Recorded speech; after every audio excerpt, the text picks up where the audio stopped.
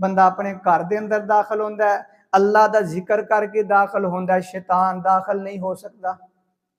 ते जे बंदा अल्लाह जिक्र ही ना करे, ना बिस्मिल्लाह पढ़े, तो शैतान भी दाखिल। ते घर जाके सब नालों पहले किदे नाल लड़ाई करनी है? बच्चों नाल लड़ेगा। सब नालों पहले किदे नाल लड़ाई करेगा? बीवी नाल लड़ेगा। किदे नाल लड़ेगा? माँ बाप नाल लड़ेगा। क्यों कि शैतान मेरे नाल चल रहे।